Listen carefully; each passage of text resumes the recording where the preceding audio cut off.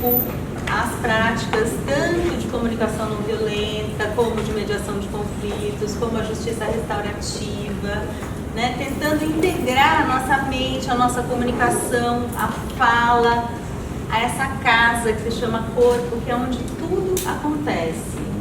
Nada acontece na nossa vida que não seja dentro do nosso corpo, né? E por um processo de dissociação da nossa sociedade ocidental, né, o corpo parece que está aqui, na mente, o tempo inteiro. A gente esquece que as emoções se processam em lugares diversos, que elas pegam o nosso estômago, o nosso coração, nosso pulmão. Quando a gente está nervoso, a gente fica, né, sem condição de respirar. Então, eu vou trazer para vocês um pouquinho disso por meio do meu corpo e gostaria que vocês estivessem sintonizados. Vou fazer esse pedido, até porque eu estou bastante assim, ansiosa, me sinto ansiosa com isso que eu vou trazer para vocês ao vivo, essa criação, essa construção coletiva ao vivo. Vou pedir para que vocês se conectem comigo. Então, que todos vocês estejam sentados, assim, bem sentados nos seus isquios, que são aqueles ossinhos que a gente tem aqui embaixo da bacia. Os pés bem plantados no chão, né? Pés ali presentes. Cucuruco da cabeça lá pra cima, coluna, sentindo a coluna, né? Que é uma postura que deixa a gente em conexão céu-terra. E que a gente possa entender como que é estar aterrado aí nos pés, né? Eu hoje estou bastante cansada, tive um dia cheio de histórias, mas eu me conecto por meio dos meus pés bem plantados no chão. Eu tenho muita vontade de participar desse evento com duas amigas muito queridas, eu me animo por conta disso. Faço esse pedido para que vocês estejam juntos, conectados. Consigo entender no meu corpo como é que é esse fluxo de me mover a partir dos meus pés, comunicando com a minha coluna, dando vazão a tensões do meu dia, localizando onde elas podem estar, estabelecendo limites do meu corpo. Quando a gente fala em comunicar, se comunicar de jeito não violento, é muito importante entender os limites do nosso corpo. O meu direito, a minha expressão, está diretamente conectada com o meu limite corporal. Então, quais são os meus limites? Até onde eu posso? Até onde eu posso oferecer? Até onde eu posso me manifestar? Então, traçando esses limites da nossa pele para dentro, as nossas possibilidades, os nossos recursos para esse momento. Entendendo lá fora como é que está. A gente explora o ambiente também. Abre os olhos, se conecta. Se conecta com a espacialidade do local. O corpo em relação ao que existe, a outros objetos, a outros corpos, a outros seres. Como é que eu sou afetada por outros seres que estão à minha volta, em relação? E que eles trazem para mim?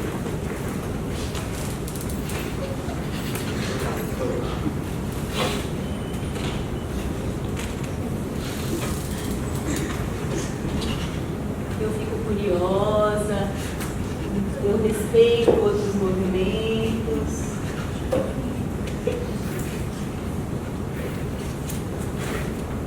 Entendendo todos os meus limites e me conectando, oferecendo o que eu posso, depois de processar no meu corpo. E entender como eu me sinto, o que eu preciso, o que eu preciso pedir para me conectar.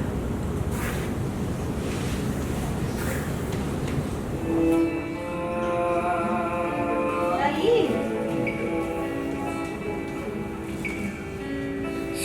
Vou pedir que vocês, quem tiver desejo, que se mexer um pouquinho, aumentar na cadeira, fazer um movimento de relaxamento, de pescoço, soltar um pouco, deixar levantar.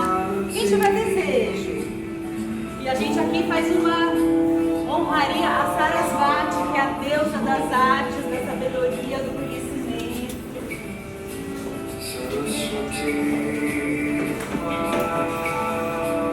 Do feminino criativo, que possibilita as transformações que a gente quer ter no planeta.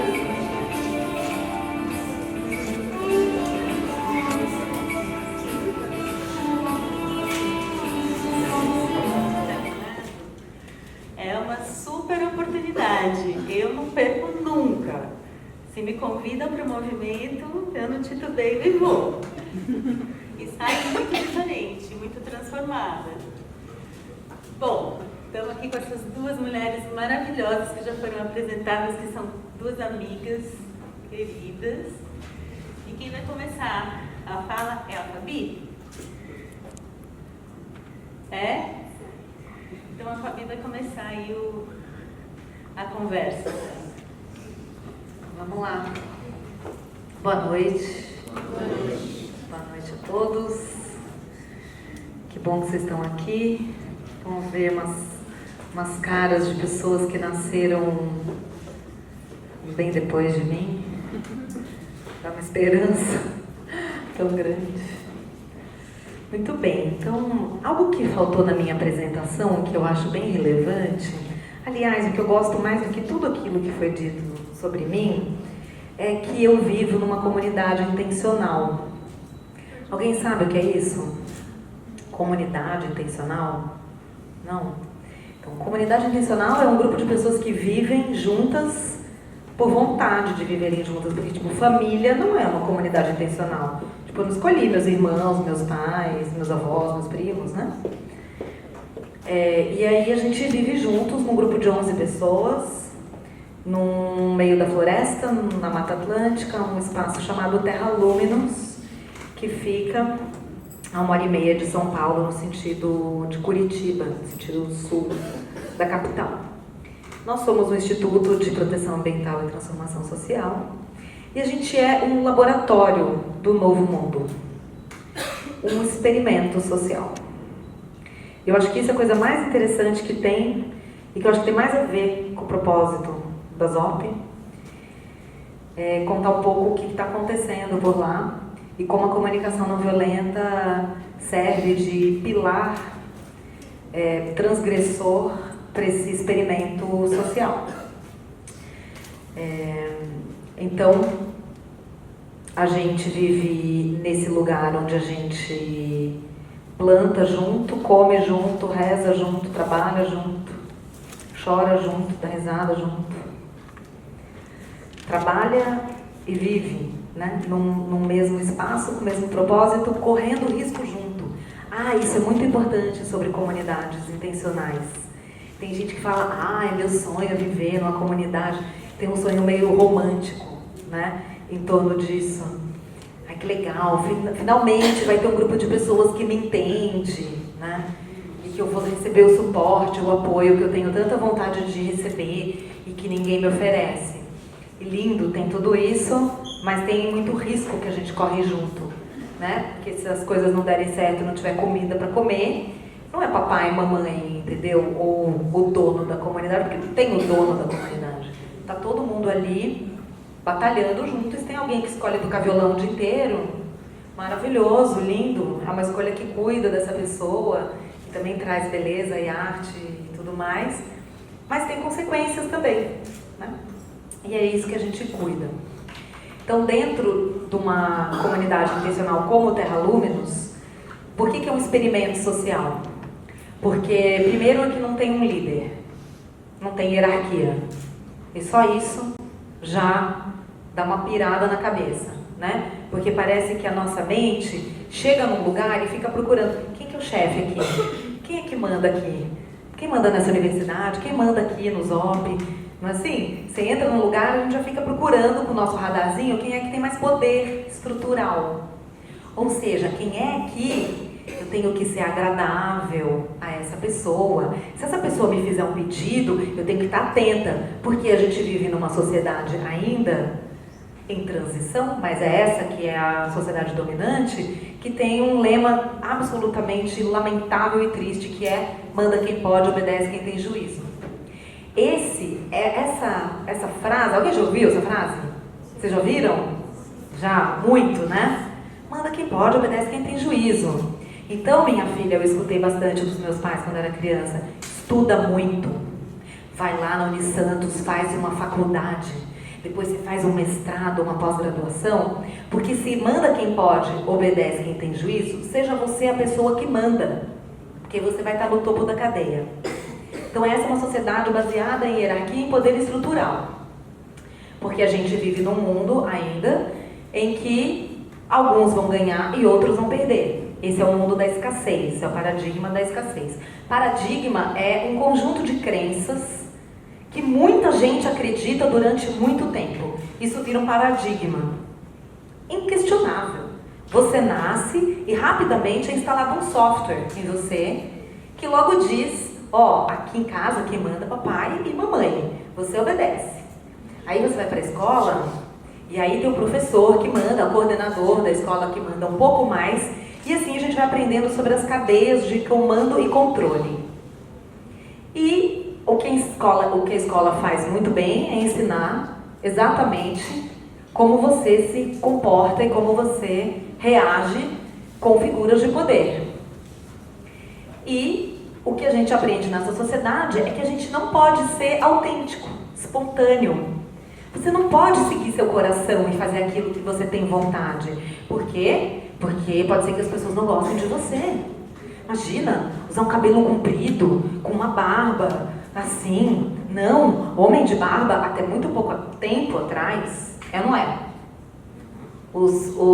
As pessoas do milênio passado, que nem eu, por exemplo, né? Olha quanto barbado tem aqui, que interessante, homem de barba, né, Danilo? Tipo, não é homem confiável, né? Não passa uma boa imagem, não é mesmo? Imagina que mas saco... Jesus tinha barba, né? Hã? Jesus tinha barba. Jesus tinha barba, pois é. Mas... E não era branco, era... Pois é. O povo distorceu um pouco, então, né? O povo se distorceu. for da dogma, paradigma, a gente não vai em lugar nenhum. Pois é. Mas no fundo, vocês lembram desse momento, né? Em que, nossa, imagina um homem de barba, não ia conseguir emprego em lugar nenhum, não era uma pessoa confiável, não era limpo, né? Você imagina que saco que é fazer barba todo dia? Deve ser um negócio muito chato, né? Então, tem uma sociedade doutrinante que nos domina ainda, que é a sociedade do medo. É a sociedade da escassez que acredita que não há o suficiente para todos. Então, uns vão ter, outros não vão ter, né? Então, você estuda bastante para que você possa ter, e sinto muito, faz parte da vida, que alguns vão dormir na rua e não ter o que comer. Isso faz parte do paradigma da escassez. A gente se acostumou com isso, inclusive a gente alguns acumulam dinheiro com medo que falte. E o curioso é que quanto mais se acumula, mais falta. Tá faltando tempo para mim agora, mas tudo bem. Então, tem alguma coisa, quando a gente cria uma comunidade intencional para ser um experimento social, não adianta só a gente ser, vamos ser autossuficientes no campo alimentar, vamos ser autossuficientes energeticamente, que lindo, a gente está gerando energia, a gente planta, uau, que legal. Como é que a gente cuida dos conflitos? Como é que a gente cuida das relações de poder aqui? Então, esse é o meu barato, esse é o meu campo de pesquisa. Eu amo o conflito. Quem ama conflito aqui também? Ai, que bom, temos um parceiro aqui. Por que você ama conflito? Porque o conflito, você aprende, você cresce no conflito. E você? Por que você ama conflito? Você acha legal? É porque o conflito traz vida. Se o conflito não chegar em lugar nenhum, também ele cai totalmente por terra. Pois é, mas o que a gente está aprendendo que legal. Vai se tornar uma guerra. Então, mas aí essa é a proposta da não violência. Tem que ter o diálogo, né? E o diálogo é baseado na escuta daquilo que é comum. Um escutar o outro.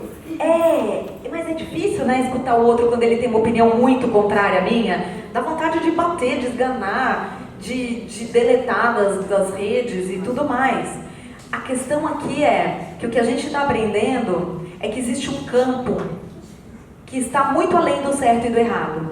A gente está aprendendo que a gente tem um piloto automático aqui que fica debatendo o tempo todo, tentando achar quem está certo e quem está errado. Concordo, discordo.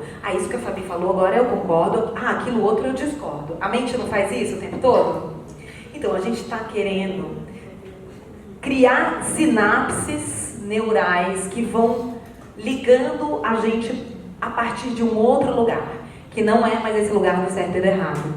E é isso que a gente está estudando no Terra Luminos. Então, a cada 2 semanas, toda segunda-feira, a cada 2 semanas, a gente tem um encontro do nosso grupo, das 11 pessoas que vivem juntas, que se chama O Que Tá Vivo.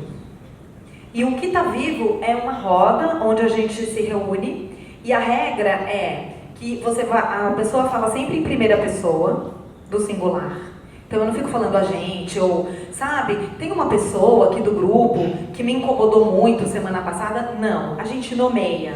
Então eu vou falar, sabe, porque a Fernanda, quando chegou na semana passada e falou, puxa, Fabi, você nunca lava louça? Eu senti isso e aquilo. Então eu vou trazer sempre para a primeira pessoa.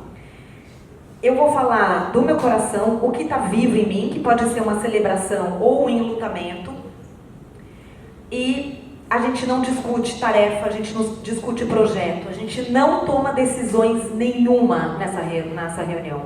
A gente só fala daquilo que está vivo no nosso coração. E pode ser alguma coisa que tem a ver com as pessoas da comunidade. E pode ser, sei lá, alguma coisa com meu pai, com meu irmão, com o Bolsonaro, sei lá, entendeu? Eu vou falar alguma coisa que está me impactando e é isso que está vivo. E aí, ninguém rebate, a gente não está interessado em opiniões nessa reunião. Olha que interessante. Não me interessa o que as pessoas pensam sobre o que eu disse. Então, quando uma pessoa termina de falar, a gente recebe espelho. O facilitador pergunta se eu quero espelho e se eu falo sim, 2 ou 3 pessoas da roda vão me contar o que elas escutaram que eu disse, tentando atravessar minhas palavras para enxergar aquilo que era essencial que eu estava trazendo, sem emitir nenhum julgamento, nenhuma opinião, nenhum conselho, sem falar delas, apenas contando para mim como que minhas palavras chegaram nos ouvidos dela. Porque a grande questão é essa, né? Quando você fala alguma coisa impactante para alguém, como é que você sabe como aquilo chegou na outra pessoa? Não dá uma aflição? Porque assim, será que essa pessoa me entendeu bem? Será que ela me entendeu mal? Será que ela está brava agora? Não é? Então a gente vai aprendendo a perguntar e checar com o outro. Como você está escutando o que eu estou te dizendo? Que é diferente de perguntar o que você entendeu o que eu disse. Eu não estou interessada nas suas opiniões. Eu estou interessada em saber o que acontece com você, que impacto tem quando eu digo alguma coisa que talvez seja um caminhão pesado passando aqui na nossa ponte. A gente tem um lugar na nossa casa que é construído para a gente socializar, que chama sala de estar, né? Aí você tem um lugar que é construído para descansar, chama quarto, né? Você tem um lugar construído para se alimentar e se nutrir, chama cozinha. Você tem um lugar para se higienizar, que chama banheiro. Que lugar a gente tem, e aí metaforicamente, né? Nas nossas casas e nas nossas relações, para a gente limpar as nossas relações, para a gente limpar essa sujeira que vai ficando. Quando alguém diz para mim, e aconteceu isso semana passada, um integrante da comunidade virou e falou, Fabi, você nunca lava a sua louça.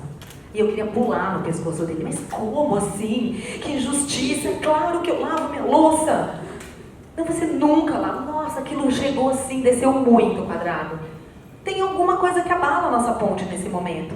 Então a gente precisa criar espaços nos nossos grupos, seja grupos de amigo, né? Para a gente ter conversas significativas que vão limpando os resíduos das nossas relações. Então a gente chama isso de compostagem dos conflitos. E aí a gente começa a amar o conflito, porque ele vai aproximando a gente dos outros. Ao invés de ficar botando isso de lado e falar, vamos tomar uma cerveja, tá tudo bem, vai, amanhã vai passar. E a vida vai ficando cada vez mais empobrecida, mais esvaziada. Bom, gente, tinha a prosa aqui, até 1h, tá? Mas acabou aqui meu tempo. Fica aqui, depois a gente bate um papo nas perguntas. Grata pela atenção.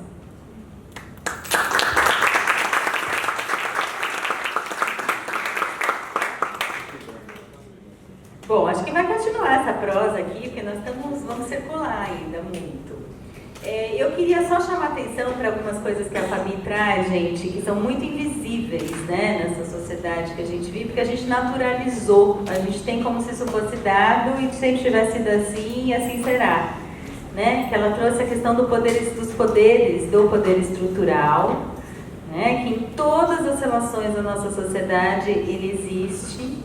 Né? E ele está ali, tem alguém que está mandando mais, ou porque tem mais dinheiro, ou porque acha que tem mais conhecimento, e nosso conhecimento da nossa sociedade é dado por uma questão academicista, né? A sabedoria, as ancestralidades, a sabedoria popular não são reconhecidas, né? Então isso é típico de uma sociedade capitalista, que desconsidera todos os saberes ancestrais, populares, saber de origem, né?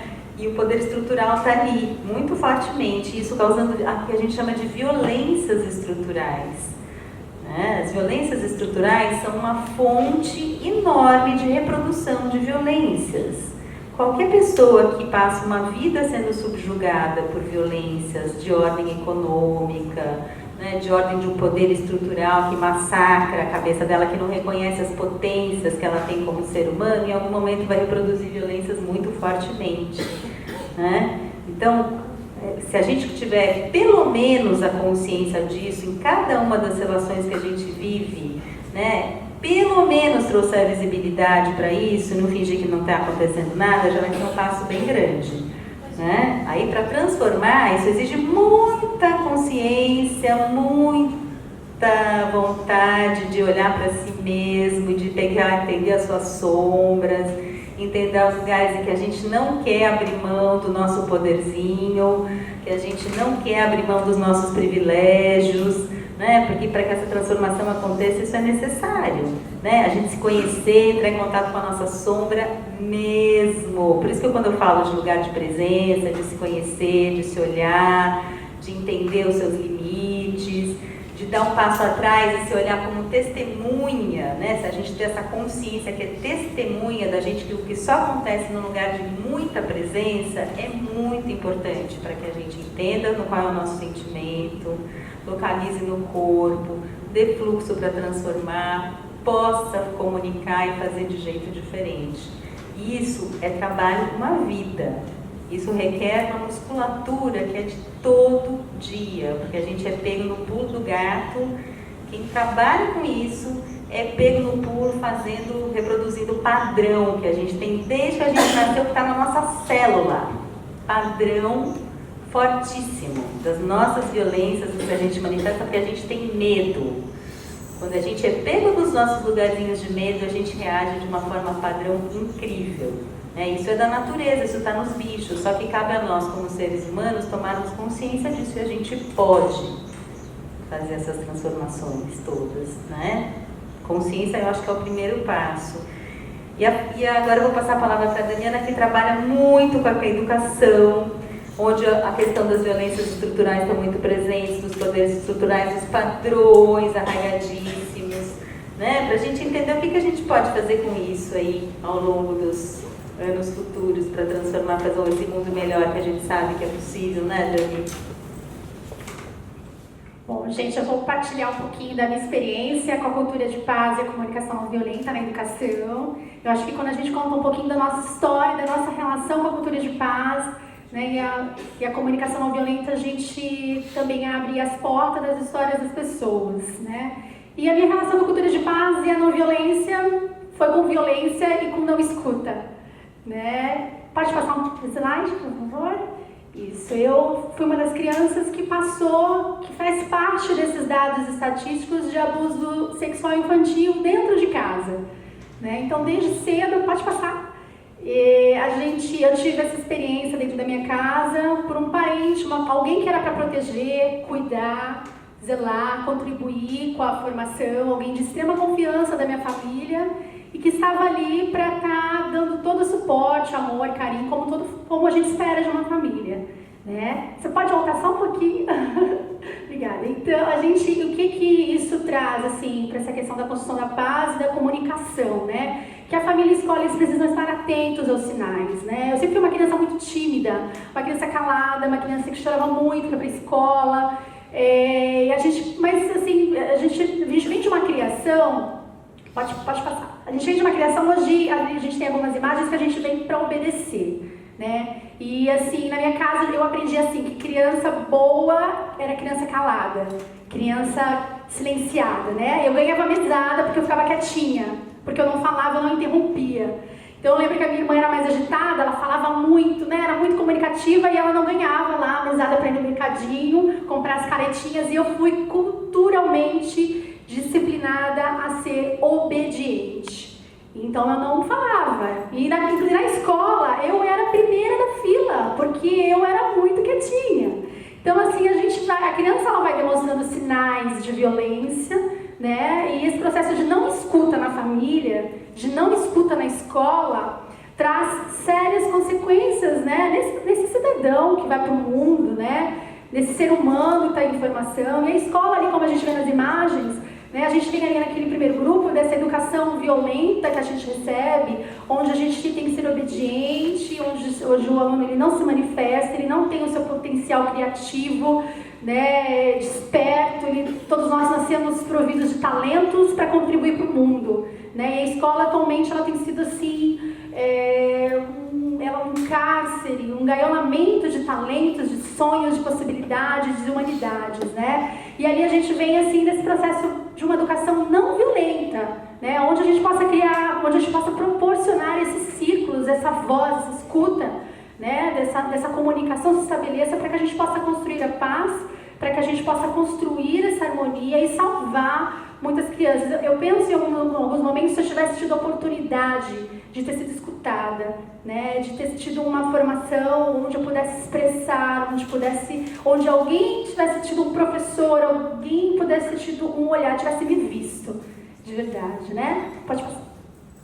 E aí a gente vem assim, né, por uma educação que nos ajude a pensar e que não nos ensine a obedecer. Essa frase é do Paulo Freire, né? E no livro da comunicação não violenta, a gente encontra esse texto, um texto que marcou muito. Ele fala: a comunicação alienante da vida tanto se origina de sociedades que se baseiam na hierarquia e na dominação. É interesse dos reis, cesares, nobres, que as massas sejam educadas de tal maneira, de tal mentalidade, que se comportem semelhantes a escravos. Né? Então é esse tipo de educação de formação que eu vim e que hoje, assim, caminhando pela escola pública, que é a minha maior experiência, vem assim mostrando o quanto nós somos condicionados a se silenciar, a obedecer e a reproduzir comportamentos negativos, né? E a gente tem na verdade, no idioma Zulu, nós aprendemos isso aqui nos jogos cooperativos, né? Salvo Bona, né? E Sikona, que ele fala exatamente assim: eu te vejo, né? Aí eu volto para aquela criança, para aquele bebê, né? A daminha, pequena Dami, né? E se te vejo, eu estou aqui. Eu amo muito essa expressão, né? Ela vem da tradição, né, da África, e diz que saudar as pessoas no idioma Zulu, elas dizem salvo bona, que significa te vejo. E a resposta da outra pessoa que recebe é sikona, que significa estou aqui. Eis o coração de uma nova educação: educação para ver, educação para presença, educação para cuidar, educação para escutar, né? Onde muitas das nossas crianças passam por todo esse processo de não escuta, né? De escutar, educar para interpretar. Esse aí é um texto do Roberto Crema, né? Que tem grandes contribuições na Unipaz, Universidade Internacional da Paz. Pode passar, por favor? E eu escolhi ser professora, né? Apesar de todo esse sistema escolar, de toda essa violência, desses vários tipos de violência que eu sofri na minha casa, eu escolhi ser professora porque um calor, um pulsar dentro de mim falava que eu tinha que fazer alguma coisa diferente pelas crianças. E desde pequena eu brincava de professora, né? Eu colocava as minhas bonequinhas assim, eu tinha uma luzinha, adorava sair com o giz da escola. Eu pegava o giz, colocava dentro da mochila para levar para cá. Aí a gente tinha o giz, aí eu falei assim: eu quero ser professora porque eu quero fazer a diferença na vida dos meus alunos. Eu quero oferecer para os meus alunos o potencial, eu quero oferecer para eles a minha escuta, o meu amor, o meu acolhimento, tudo que eu não tive a oportunidade de ter no meu processo escolar e no meu processo de formação familiar. E aí eu conheci, na minha trajetória de educação de professora, eu conheci os Jogos Cooperativos da Cultura de Paz, que foi transformador. Pode passar? E junto com a pós-graduação dos Jogos Cooperativos da Cultura de Paz, eu conheci todo essa coisa assim maravilhosa, essa abertura de mente, de caminho, esse processo de transformação. E eu falei, caramba, eu tô aqui, tô no lugar certo, gente. Isso aqui tá revolucionando a minha vida. E foi quando eu conheci o círculo. Eu falei assim, gente, olha que bacana, por que eu não estudei numa escola assim? Sentar em círculo, poder falar, as pessoas pararem para te ouvir. Quando eu descobri o bastão da fala, eu fiquei encantada. Eu falei assim, gente, eu posso falar. Porque na escola eu era muda. Né? Eu era muda, eu entrava calada e saia calada, porque eu tinha muito medo de falar. Pode passar. E junto com todo esse processo eu conheci a Unipaz, né, o PR, os trabalhos do PR, e o PR ele traz, né, ele fala de recuperar a unidade perdida, significa reconquistar a paz, né? Ele fala dessa questão da separatividade, de quanto nós somos separados, fragmentados, né? O processo educacional ele vem todo assim, você português, esquece, não é mais português, matemática, agora apaga tudo, esquece tudo, ciências. Então aqui esse processo de fragmentação. E ele fala também e que você com sua própria transformação contribuirá para a transformação dos outros, que é essa transformação que vem dentro da gente e com o nosso comportamento, que é quando Paulo Freire fala da personificação, né, de você personificar, né, aquilo que você acredita, você personificar, você colocar em prática no teu corpo, na tua voz, no teu olhar, esses conceitos que você acredita. Então essa transformação vem da gente e vai reverberando para as pessoas que convivem com a gente. Então quando a gente se torna uma pessoa melhor, as pessoas que estão em volta da gente sentem essa energia e essa transformação ela vai reverberando. E aí essa experiência transformadora da pedagogia da cooperação, dança circular, oásis, a justiça restaurativa, isso aí foi uma imersão, né? Acho que foi na Zóia Paulista, né? A Ingrid também participou com a gente lá, pode passar. E também mais alguns momentos da nossa pós, pode passar também, do momento transformador. E aqui eu volto novamente para uma carta da Unesco, né? O preâmbulo da Unesco que fala: posto que as guerras nascem na mente dos homens, é na mente dos homens onde devem erguer-se os baluartes da paz, né? Erigir-se os baluartes da paz. Né, esse preâmbulo da Unesco que fala exatamente que se é na mente dos homens que nascem as guerras, então é na mente dos homens que a gente tem que fazer nascer e reverberar esse pensamento de paz. E toda vez que eu pegava o livro da comunicação não violenta, eu falava assim, comunicação não violenta, alguém vai escrever um pensamento não violento. Porque antes da comunicação se estabelecer, existe o pensar. Né? Então, pode passar, por favor? E aí eu falei assim, mas como fazer essa transformação, gente? E aí eu descobri também no livro do PR, do Roberto Crema, a normose, né? A patologia da normalidade, né? E aí a gente descobre quantas pessoas estão adoecidas, né? Então, normóticas, né? Esse estado de normose. Então, as pessoas não dão bom dia, as pessoas... Uma das coisas que mais, assim, me incomodam, me deixam, assim, estarrecidas, quando a pessoa não consegue... É a insensibilidade, né? Ela não consegue perceber o outro. Às vezes você entra numa sala e não vê que você está ali. Então, assim, não tem bom dia, não tem olhar, não tem você precisa de ajuda, não tem nada. Então, as pessoas são tão normóticas, esse ritmo incessante, essa aceleração, essa loucura toda, que as pessoas não se percebem. E quando percebem a negatividade, né? O que o outro está te incomodando, né? Não o que o outro te traz de bom. E aí tem uma frase também do Roberto Crema que eu amo muito, que é ficar atento à luz do outro e a sombra em si é pura alquimia. Então, você ficar atento à luz do outro e ficar mais ainda a sua sombra. Né? Então, você procurar olhar para o que o outro te traz de bem, de bom, porque o outro sempre é um presente, né? Ele sempre vai te trazer alguma coisa. Pode passar, por favor? O CNV é o processo de escuta, né? Eu coloquei a daminha ali para eu lembrar, né? Que se eu tivesse tido a oportunidade de ter esse processo de escuta, né? Só mais um pouquinho, passar um pouquinho. Bom, e também vem essa questão do nomear os sentimentos no CNV. A gente está num processo muito assim... muito bacana lá em São Vicente, que é o Núcleo de Cultura de Paz, e a gente tem feito vários círculos na escola. E as pessoas, elas têm dificuldade de nomear o que estão sentindo. Elas não sabem falar o que elas estão sentindo. E aí a gente fica lá, choro. Aí ficam naquele circo-tico e não sabem. E a partir do momento que você não sabe nomear o que você está sentindo, como é que você vai fazer o pedido? Como é que você vai estabelecer essa comunicação comunicação com outros se eles não conseguem? Os jovens, eles não sabem falar o que eles estão sentindo, né? E agora parece que a Base Nacional Comum vem trazendo essa questão das competências socioemocionais, né? E também uma coisa muito interessante, é importante também mostrar para vocês, é a questão da história das meninas lobos, né? Quem fez pedagogia conhece a história das meninas lobos, né? Foram crianças que foram criadas com os lobos, né? E elas faziam, elas uivavam, elas comiam carne crua, elas subiam em árvores, elas tinham assim, o corpo delas, a estrutura do corpo delas, isso foi no início do século na Índia, eram todas assim de lobo, né? E em algum momento pessoas viram, né, no caso, recolheram essas crianças e levaram para o processo de socialização, né? E o que aconteceu com essas crianças, né? Elas morreram. Morreram porque elas estavam tão culturalmente assim condicionadas a serem lobos, né? E é engraçado que antes delas morrerem de depressão, elas aprenderam uma palavra, que era a palavra não.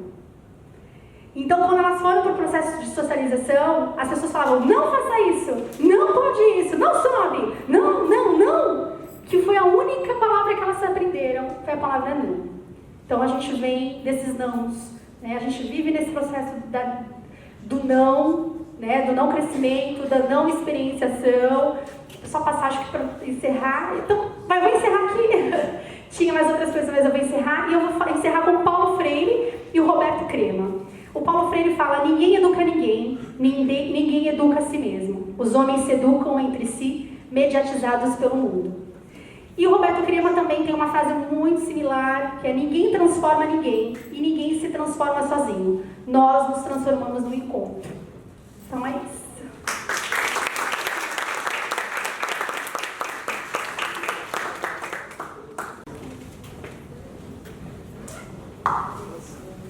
Ai, pessoal, fico emocionadíssima com a fala da Tami, porque eu conheço o trabalho dela de perto e eu sei que é isso tudo em prática mesmo, né? Sabe que é uma fala congruente, com muita congruência. Então, eu choro de emoção, porque é muito lindo esse fazer.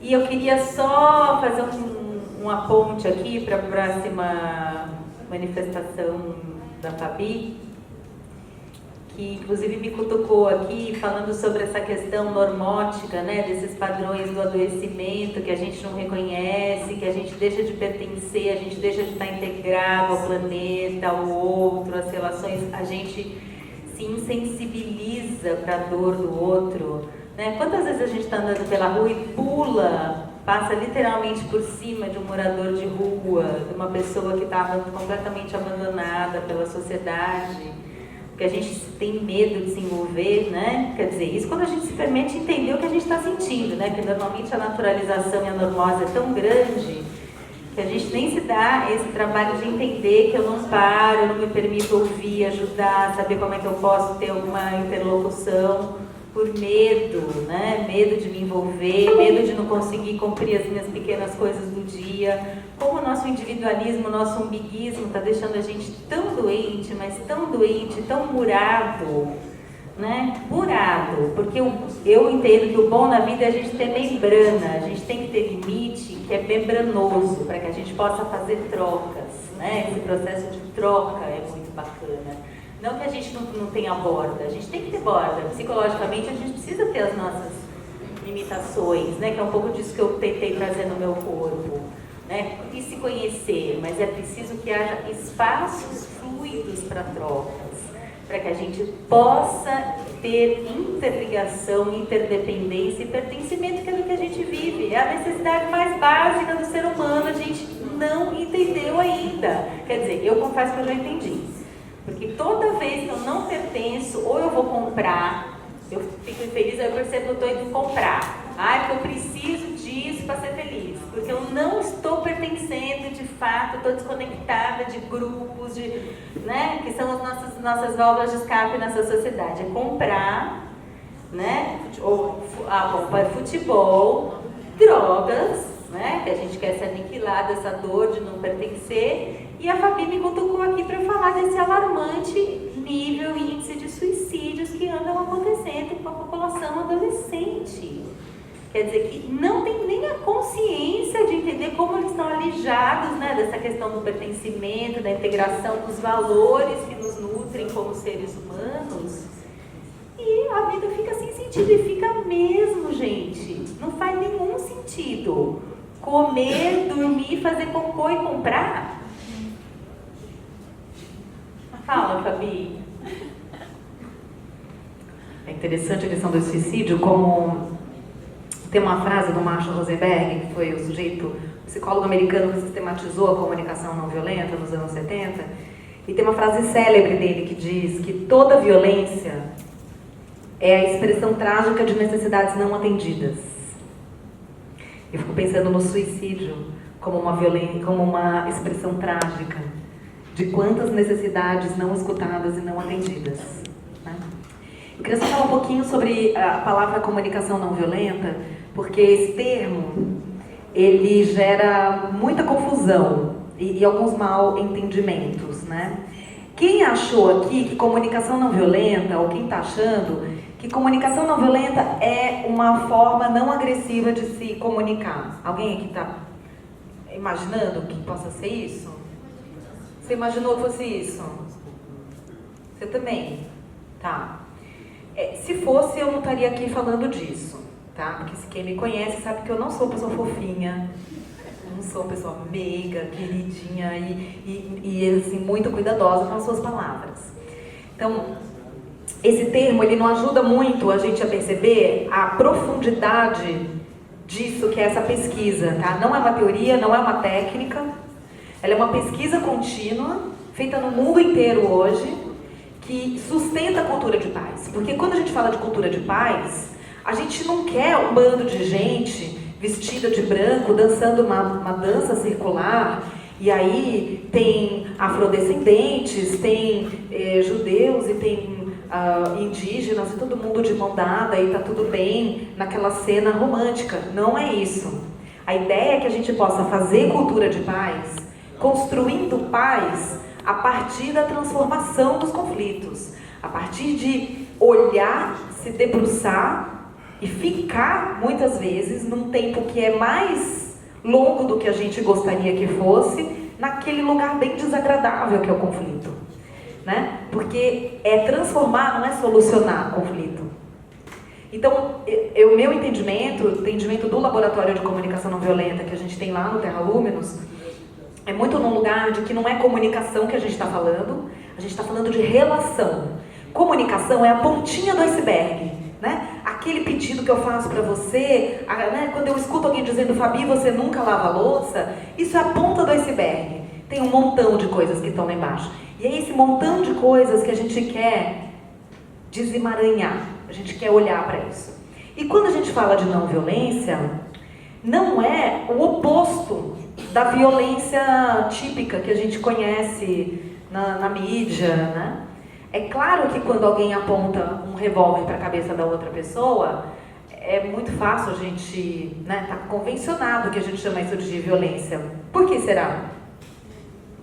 Por que será? Fica tão fácil olhar para uma cena como essa e falar, nossa, que violência. Porque... Hã? Risco para a vida. A pessoa que tem a arma apontada não tem escolha. Então, não violência para nós é ter escolha. Violência é não ter escolha. Então, se de repente eu viro para o meu marido e falo, me veio o negócio da louça. Nossa, o negócio da louça está na minha cabeça agora, que eu já ia falar o exemplo da louça. Mas, deixa eu pensar. Quando eu viro para uma pessoa, né, que trabalha na minha equipe, por exemplo, a gente tem lá uma equipe de colaboradores que trabalham na hotelaria da nossa operação, que a gente é um centro de retiros para autoconhecimento e lideranças e tal. Então, se eu viro para uma pessoa da minha equipe e falo, dá para você vir amanhã, uma hora mais cedo, fazer o café da manhã? Será que essa pessoa escuta esse pedido como tendo escolha? Ou será que ela fala, putz, a Fabi que me pediu, é melhor eu não falar, eu tenho que falar sim. Então, a gente está muito interessado nessa pesquisa em perceber as violências sutis das relações. Quando será que uma pessoa me faz um pedido fofo, super educado, ela falou até por favor, né? Mas será que eu tenho escolha? Será que vai ter punição se eu disser não para ela? Então, quando a gente fala de não violência, a gente tem que olhar para o poder estrutural e a gente precisa entender que quando eu tenho poder estrutural, então se eu sou a professora de vocês, por exemplo, o que é ter o poder estrutural? Eu vou te dar uma nota boa, se você for muito bonzinho comigo, e eu não vou te dar uma nota boa, talvez você nem passe de ano, se você não for legal e fizer aquilo que eu estou querendo. Então, percebe que tem um jogo implícito aqui do que você precisa fazer e falar para que eu seja agradada e assim te devolva com uma recompensa. Então, isso é um jogo muito perverso. É um jogo que está nos casamentos, é um jogo que está nas famílias. Por isso que casamento, o pessoal faz aquela despedida de solteiro, de se acabar, deve ser, né? A gente estava falando hoje na oficina, porque é um lugar onde isso se reproduz com uma força tão grande, essa violência, né? De, ai amor, por que você não atendeu meu telefone? Eu te liguei 3 vezes, você tem que me atender, né? Caramba! Então, quando a gente fala de comunicação não violenta, o que a gente está falando aqui é, eu quero ser o máximo verdadeira, autêntica, transparente, espontânea possível, porque assim eu sou eu estou manifestando a minha essência. E esse E é com letra maiúscula, com negrito, ao mesmo tempo que eu sou autêntica, verdadeira, espontânea, eu quero também que os outros à minha volta possam ser igualmente espontâneos, autênticos. Porque nesse mundo que a gente conhece, se eu sou muito autêntica e verdadeira, talvez alguém não possa ser, né? É um mundo do ganha, perde, perde, ganha. Então, o que a gente está falando aqui, dessa lógica da cultura de paz, né? É o quanto a gente pode criar relações ganha-ganha, de verdade, que não sejam uma barganha, né? Quantas vezes eu perdi, quantas vezes você perdeu? Tá ótima a nossa relação, tá super equilibrada. Não, isso é escassez, isso é miséria, né? Então, o que a gente está olhando aqui, quando a gente fala de cultura de paz, é para o ser humano que a gente está se tornando, saindo da condição de homo sapiens, o sapiens sapiens, né, que é penso logo existo, aquela lógica cartesiana, né, o homem cabeçudo, analítico, racional. O rio está transbordando, põe um cimento em cima do rio, acabou o problema do rio, que beleza, né? Não tem mais rio para transbordar agora? Que ótimo, né? Saindo desse lugar para o que alguns autores chamam de homo luminus, ou homo passem, ou homo empáticos, que é o amo incondicionalmente, logo existo. Conecto, logo existo. Então esse é o lugar de transformação. Olha só a responsabilidade que nós temos, gente, habitando esse planeta, nesse momento de transição maravilhoso, incrível, né? De poder fazer essa virada. Olha que responsabilidade e ao mesmo tempo que honra, né? Obrigada.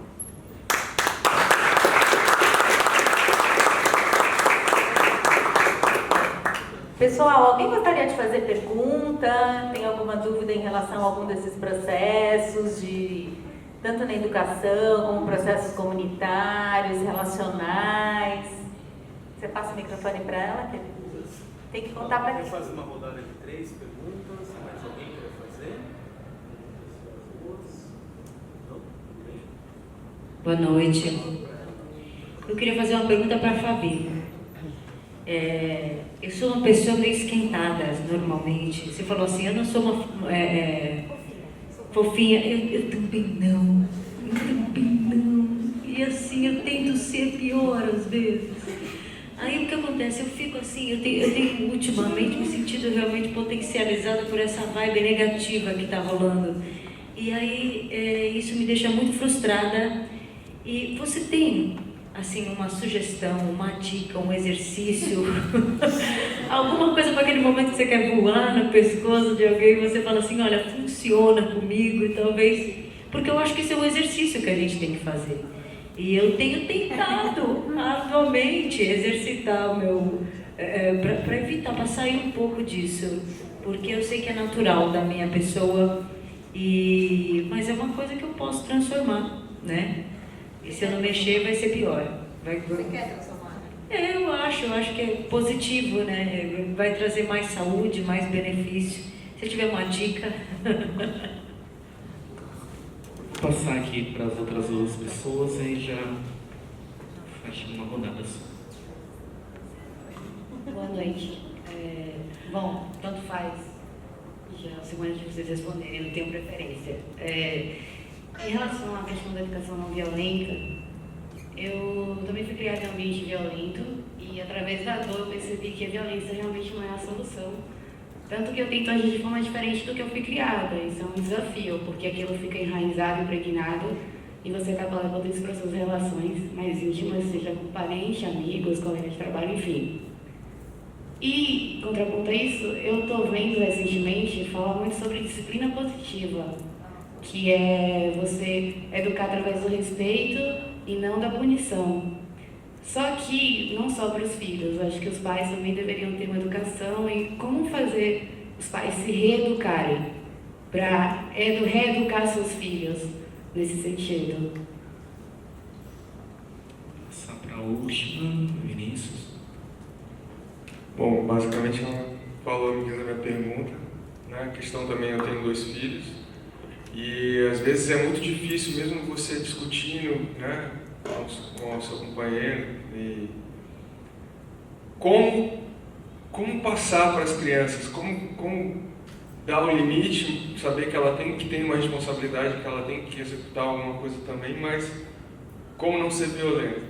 Eu já não bato, mas eu acho que eu tenho um pouco de agressão verbal. Não xingo, não humilho, não coloco para baixo, mas falo alto, ameaço, se não fizer isso, vai fazer isso, vai ter isso. Eu não consigo achar um caminho, às vezes, que eu possa tomar. Eu respiro, falo devagar, mas eu vou ter que falar mais 3, 4. Você também? Eu queria perguntar como que foi a sua relação com a escola, porque imagino que um estilo de aula não autoritário entra em conflitos com até algumas regras da escola, ou a forma que a coordenadora ou a diretora trabalha. Eu não sei o nome, foi mal, gente. 10 minutos, talvez, ou questão que depois liberar os espaços. Pessoal, a gente vai, assim, a Damiana vai responder essas perguntas últimas, que elas têm muita relação com a ambiência escolar, e eu acho que educacional, né? E aí depois a Fabi fecha aqui com esse grande finale, que é como não morder a jugular do amiguinho quando você está morrendo de vontade de pular em cima dele. Eu também quero ouvir. Eu tenho também as minhas estratégias, mas elas de vez em quando falham. Bom, gente, assim, a família, ela é um berço. É um berço, e por mais que a gente fale, que a gente grite, que a gente traga, assim, verbalmente muitas coisas, assim, para os nossos filhos, o nosso exemplo, ele, assim, arrasta. Muitas vezes você pode estar conversando com a sua esposa e o seu filho está ali, você olha para ele, ele está ali brincando no cantinho, monta, tal, ele não está olhando, vamos continuar aqui, eles estão vendo tudo, eles sentem, eles percebem, eles têm uma sensibilidade muito grande, né? E esse processo de escuta, né, que eu falo assim, quando eu descobri o bastão da fala, eu achei sensacional, acho que todos os lares, pais, famílias tinham que ter um bastão da fala. E sabe que é uma coisa bem interessante? Com os meus alunos, eu estava numa creche, num lar de acolhimento ao menor, trabalhei lá com crianças que que estavam lá acolhidos, crianças de 3, 4 anos, né? E aí teve uma reestruturação, reorganização da SEDUC, e aí colocaram alunos do lar, do LAN, né, do lar de acolhimento, com crianças que não eram para completar vagas e tudo mais. E eu comecei a fazer o círculo com eles para a gente conversar. Né? E usando o bastão da fala, que era um brinquedo. E aí, numa reunião de pais, a mãe chegou para mim e falou assim: professora, estou com uma dúvida. Eu estava discutindo com meu marido e o meu filho pediu para a gente sentar em círculo, sentar no chão, e pegou um brinquedo para a gente conversar. E aí aí foi quando eu comecei a explicar um pouquinho como que era o trabalho. Então, assim, como também eles trazem muitas coisas de casa também, né? Eles trazem, é incrível, a gente que é professora, a gente sabe tudo acontece na casa dessas crianças. Eles contam tudo, que apareceu uma barata, que o chuveiro queimou, que o pai gritou, eles contam tudo. Então, assim, esses círculos de referências, de aprendizagens, né? A família é o berço de tudo, é o primeiro convívio social da criança.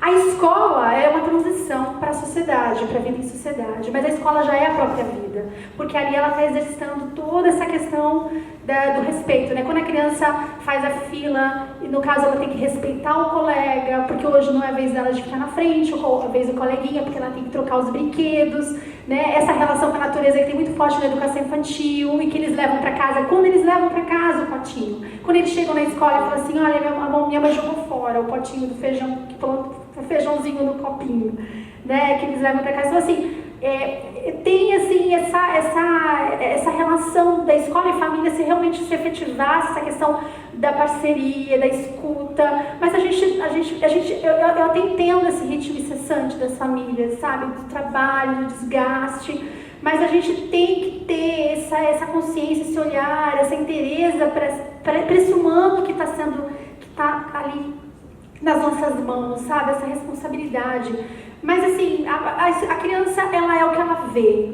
Ela é, eu costumo falar assim, salvo casos patológicos, a criança ela é uma folha em branco. Né? Ela é uma folha em branco e você vai ali colocando as impressões, as cores, né? E uma vez essa folha amassada, você já tentou desamassar uma folha de sulfite e deixar ela novinha? A gente não consegue mais, né? A gente amassa a folha de sulfite, você pega aqui a folha, amassa, aí depois você tenta esticar ela, você tenta deixar essa folha do jeitinho que estava, a gente não consegue. Porque essas marcas, essas expressões da nossa rotina, que é a rotina familiar, é a rotina educacional, é a formação do caráter, sabe? Quando o pai passa o sinal vermelho, a criança... Outro dia eu fui xingada no trânsito, eu fui passear com um amigo meu na Praia Grande, e aí eu tava assim, procurando o número do apartamento, eu fui um pouquinho mais devagar, e passou um pai e falou assim, não sabe dirigir, aí o menino que tava atrás gritou, só olha burra! Então assim, aí eu olhei e falei assim, gente, olha, o pai gritou e o menino de 7 anos atrás gritou na sequência, essa loira burra. Então assim, eu sei que a gente tem essa dificuldade do dia a dia dentro da nossa casa, essa agitação, mas a gente tem que frear, a gente tem que parar, né? E escutar, e sentar e vamos conversar, e agora você fala, eu falo. O grito, a violência, isso não educa ninguém, né? Nos torna mais violentos, né? E eu acho que é bem esse processo mesmo, a gente frear e estar mais presente e praticar mais essa escuta mesmo. Eu posso só botar uma lenha nessa fogueira, que eu lembro de uma afirmação, assim, de um questionamento do...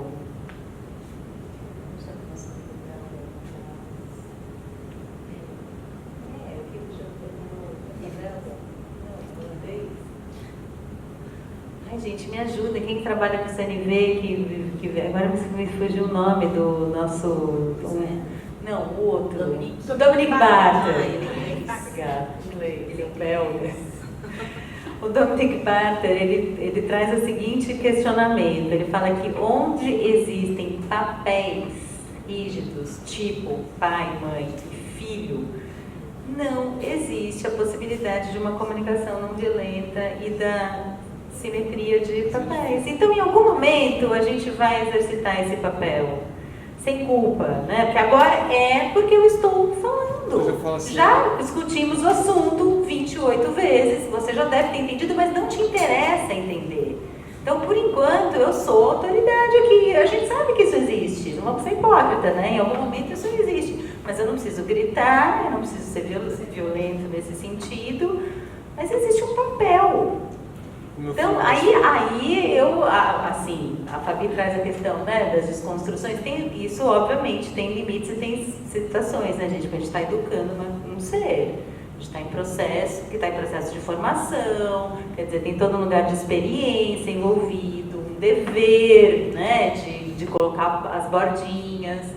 Então, assim, é flexibilizar isso e tentar fazer da maneira mais cuidadosa, né? Respirando, com paciência, com amor. Olha lá a cara da Fernanda.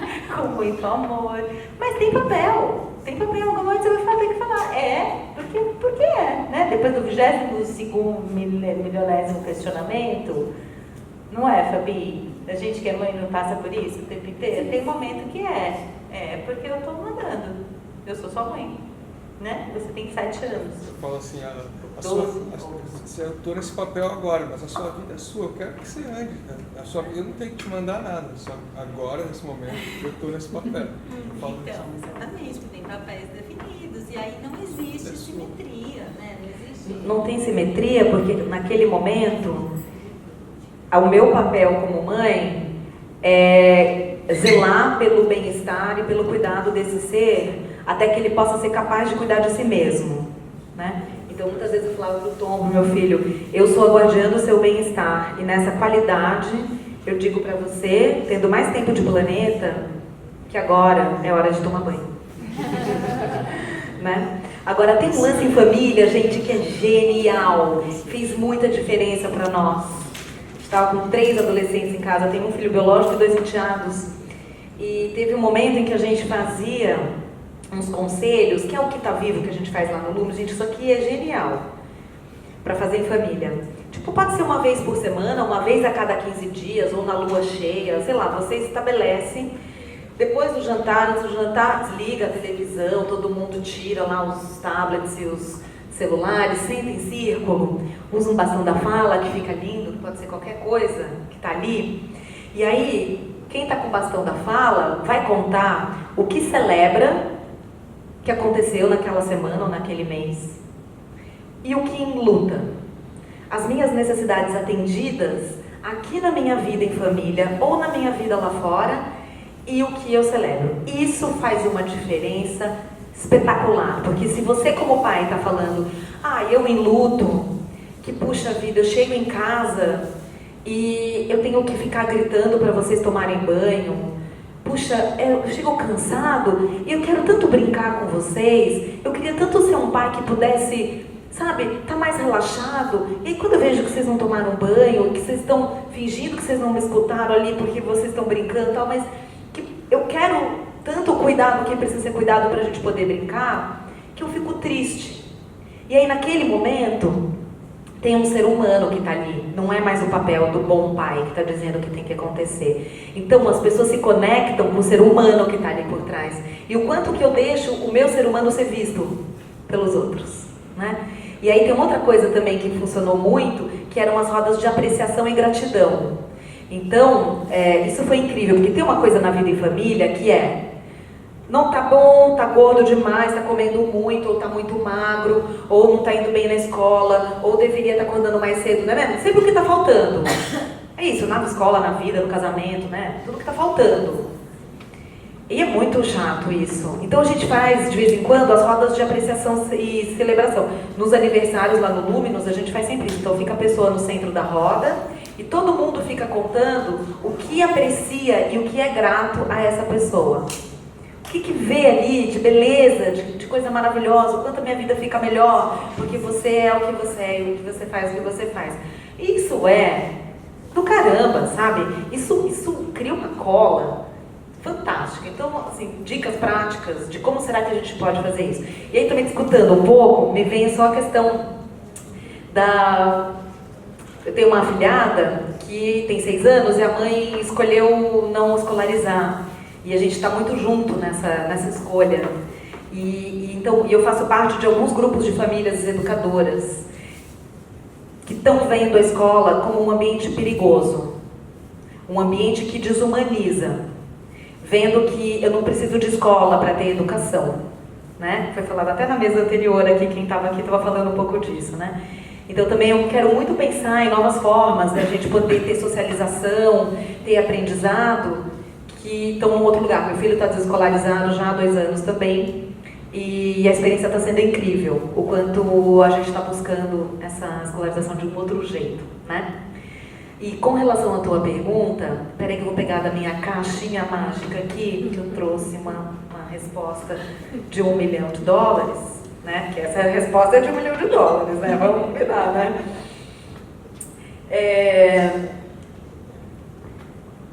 Respirar básico, né? Percebeu que o sangue subiu, não tem mais respiração. Então, a respiração, o que ela faz? Para mim, ela faz com que eu pare de apontar o dedo para o outro, que ele é egoísta, intransigente, mau caráter, mimado e papapá, papapá. Toda essa historinha que minha mente fica fazendo, que é isso que faz eu ficar espumando de raiva, né? E aí eu faço a seguinte pergunta para mim, bem prático isso, hein? Fabi, você tá sentindo o quê? Ai, eu tô com muita raiva. Tá, beleza. E você tá com raiva porque você precisa do quê? Os sentimentos são uma fumacinha que indicam que tem fogo. Fogo é o que a gente chama aqui de campo das necessidades humanas e universais, dos valores, daquilo que se eu não tiver, vai ser difícil eu dormir tranquila, tomar banho tranquila, dirigir tranquila, não vai dar. Então, eu vou tentar ligar a minha raiva com aquilo que é muito importante, que não está presente nessa relação. E talvez seja acolhimento, aceitação, segurança, valorização, reconhecimento, atenção, sei lá, eu vou descobrir isso. Quando a minha mente está tão cheia de julgamento, porque eu tenho tanta certeza que aquela pessoa é tudo aquilo que eu criei sobre ela, que aí eu vou para minha rede de apoio e falo, Fê, me dá uma escuta. Me dá uma escuta aqui, porque, puxa, quando eu penso nessa pessoa, tá muito difícil eu me conectar comigo mesma. E aí, quando eu falo me dá uma escuta, eu não quero um conselho, eu não quero uma opinião, eu não quero uma análise, uma interpretação, eu quero que a outra pessoa me ajude a descascar esse abacaxi e cortar esse círculo vicioso da violência, onde tem um vilão e eu sou a vítima. Claro que eu sou a coitadinha, a pobrezinha, e aquela pessoa é tudo de ruim. Então, isso é o círculo vicioso da violência, né? Eu continuar acreditando que aquela pessoa é tudo de ruim. Então eu volto pra mim, não pra achar minha parcela de culpa. Não é isso que eu tô procurando. Eu tô procurando o que está vivo em mim. Porque é esse lugar que eu quero poder oferecer e contar pro outro, né? Não o outro como responsável pelos meus sentimentos, mas sim eu como aquela única pessoa desse planeta capaz e competente para cuidar de mim mesma. E confiando que o outro quer meu bem-estar. Essa é a base da cultura de paz, né? Eu só vou contar pro outro, olha, eu tô triste, eu tô com raiva, porque eu tô precisando disso, né? E quando vem alguém e fala, você nunca lava a louça, eu sinto tristeza, porque eu preciso de reconhecimento e visibilidade. E eu preciso muito de colaboração e contribuição. E quando alguém diz, você nunca lava a louça, eu entro num lugar muito ruim. E eu só conto isso para essa pessoa porque eu sei que ela quer meu bem-estar. Assim como todas as pessoas, 7 bilhões e meio de pessoas desse planeta. Eu não acho que ninguém acorda e diz, nossa, hoje eu vou ferrar com a vida da Fabi. Né? Então, quando a gente olha para essa frase do Marshall, que é célebre, né? Toda violência é a expressão trágica de necessidades não atendidas, frase que sustenta todo o caminho da justiça restaurativa, eu vou então acreditar que não existem seres humanos maus. Aí você vai falar, ai Fabi, que mundo é esse que você vive? Não é assim lá na minha escola, no meu trabalho. Não, você não conhece meu chefe, por isso que você está falando isso, né? Você não conhece minha sogra, por isso que você fala essas coisas, né? E talvez a sua sogra seja uma pessoa viciada em estratégias trágicas. É só o que ela conhece, né? Ela conhece que esse é o único jeito dela obter o que ela precisa. E talvez, por isso, trabalhar na educação.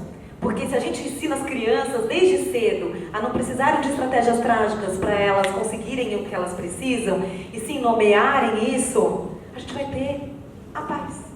Só isso, né? Muito bem, pessoas. Não é pouco trabalho, não. Não é pouco desafio, não. Né? Não vamos mentir aqui, não, para vocês, né? É trabalho de todo dia, de muita presença, de muita respiração, de muita conexão. Mas eu acho que para isso nós estamos aqui, né?